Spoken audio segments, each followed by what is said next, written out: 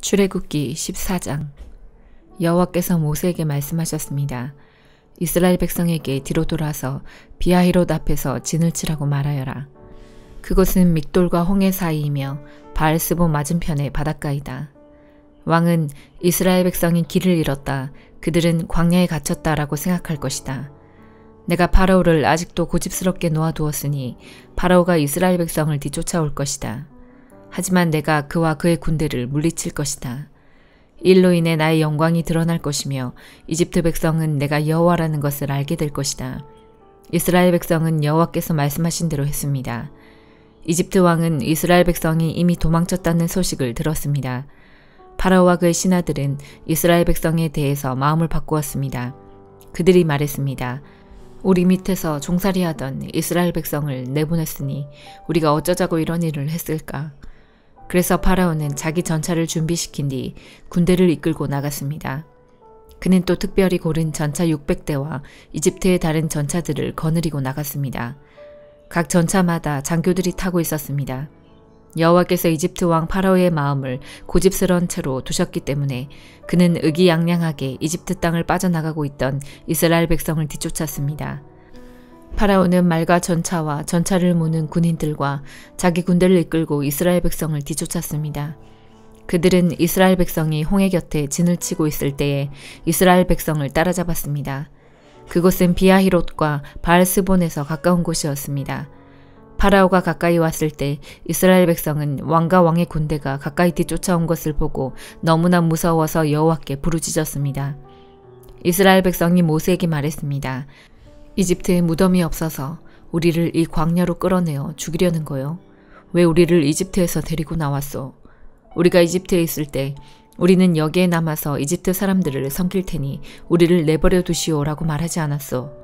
이집트 사람들을 섬기는 것이 광야에서 죽는 것보다 우리에게는 낫소. 하지만 모세가 대답했습니다. 두려워하지 마시오. 굳게 서서 여호와께서 오늘 여러분에게 베푸실 구원을 보시오. 오늘이 지나면 이 이집트 사람들을 다시는 보지 않게 될 것이요. 그저 가만히 있기만 하시오. 여호와께서 여러분을 위해 싸워주실 것이요. 그때 여호와께서 모세에게 말씀하셨습니다. 넌 왜 나에게 부르짖느냐? 이스라엘 백성에게 명령하여 앞으로 나아가게 하여라. 네 지팡이를 들어 바다를 가리켜라. 그러면 바다가 갈라질 것이고 백성은 마른 땅 위로 바다를 건널 수 있을 것이다. 내가 이집트 사람들을 고집스러운 채로 둘 것이니 그들이 너희를 뒤쫓을 것이다.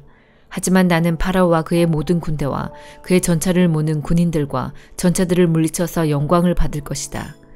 내가 파라오와 그의 전차를 모는 군인들과 전차들을 물리쳐서 영광을 받게 되면 이집트 사람들도 내가 여호와라는 것을 알게 될 것이다. 이스라엘 백성들 앞에서 인도하고 있던 하나님의 사자가 이스라엘 백성의 뒤로 옮겨갔습니다. 그리고 구름기둥도 이스라엘 백성의 앞에서 뒤로 옮겨갔습니다. 구름기둥은 이집트 군대와 이스라엘 백성 사이에 섰습니다. 구름기둥은 이집트 군대가 있는 쪽은 어둡게 만들고 이스라엘 백성이 있는 쪽은 환하게 만들었습니다. 그래서 밤새도록 이집트 군대는 이스라엘 백성을 따라잡지 못했습니다. 모세가 손을 들어 바다를 가리켰습니다. 여호와께서 밤새도록 강한 동풍을 일으키셔서 바닷물을 뒤로 밀어내셨습니다. 그리하여 바다를 마른 땅으로 바꾸어 놓으셨습니다. 바다가 둘로 갈라지고 마른 땅이 되었습니다. 이스라엘 백성은 마른 땅을 밟고 바다를 건넜습니다. 양쪽에는 바닷물이 벽을 이루고 있었습니다.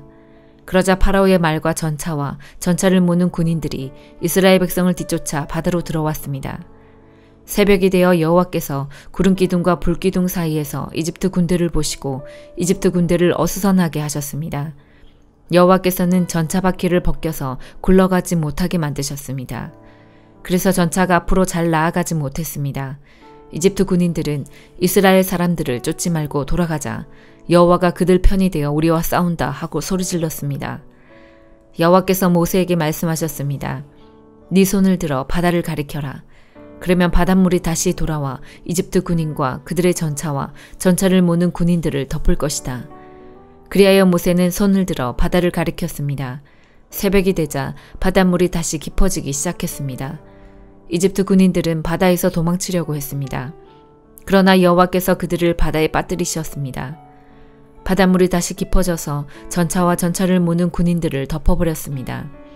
그리하여 이스라엘을 뒤쫓아 바다로 들어갔던 파라오의 군대가 모두 바다에 빠져 한 사람도 살아남지 못했습니다. 하지만 이스라엘 백성은 마른 땅 위로 바다를 건넜습니다.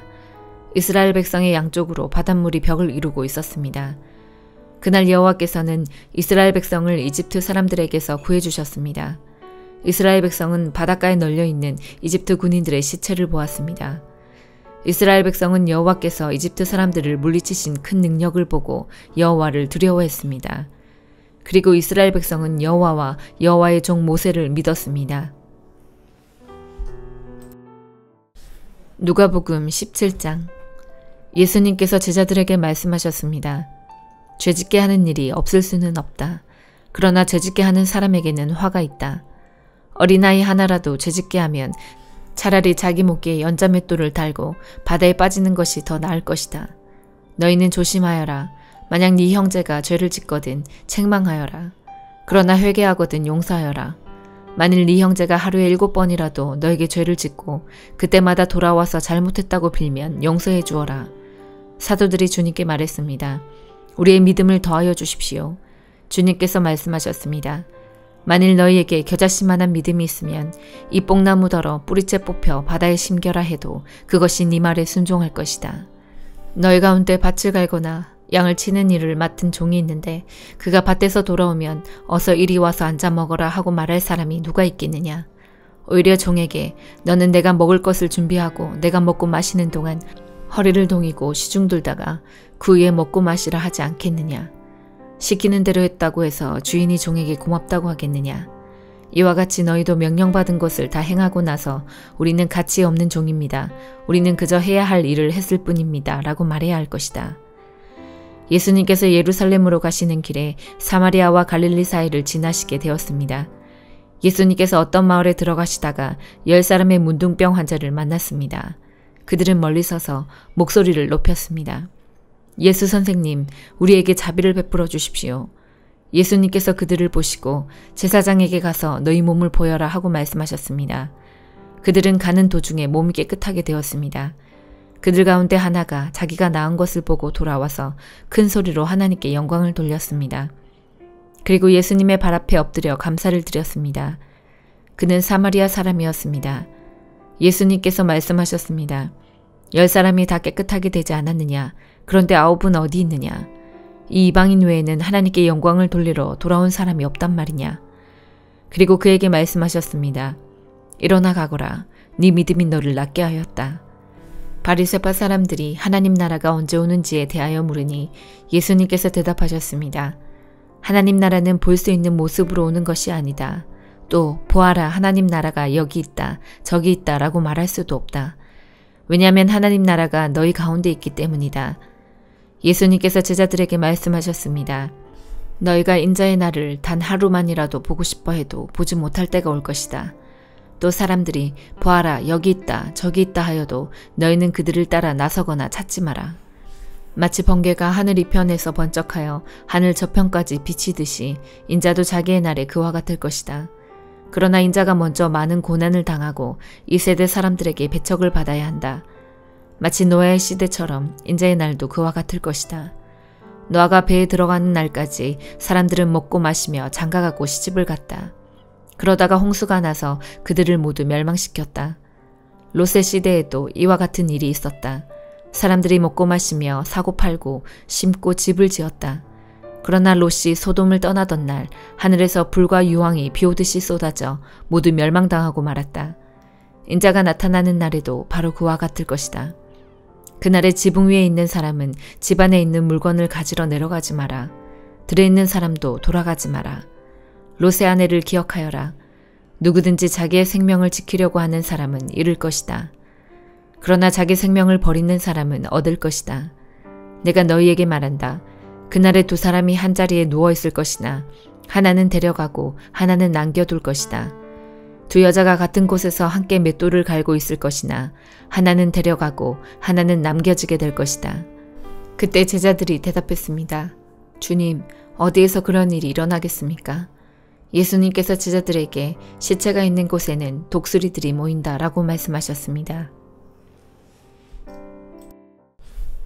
욥기 32장. 욥이 계속해서 자신은 떳떳하다고 주장하자 새 친구들은 욥에게 대꾸하기를 중단했습니다. 그러자 람 족속의 부스 사람 바라겔의 아들 엘리후가 화를 냈습니다. 왜냐하면 욥이 하나님보다 자기가 의롭다고 주장했기 때문입니다. 그리고 그는 욥의 새 친구들에게도 화를 냈습니다. 그것은 그들이 욥이 분명히 잘못했다고 말하면서도 욥의 말에 제대로 답변을 못했다고 여겼기 때문입니다.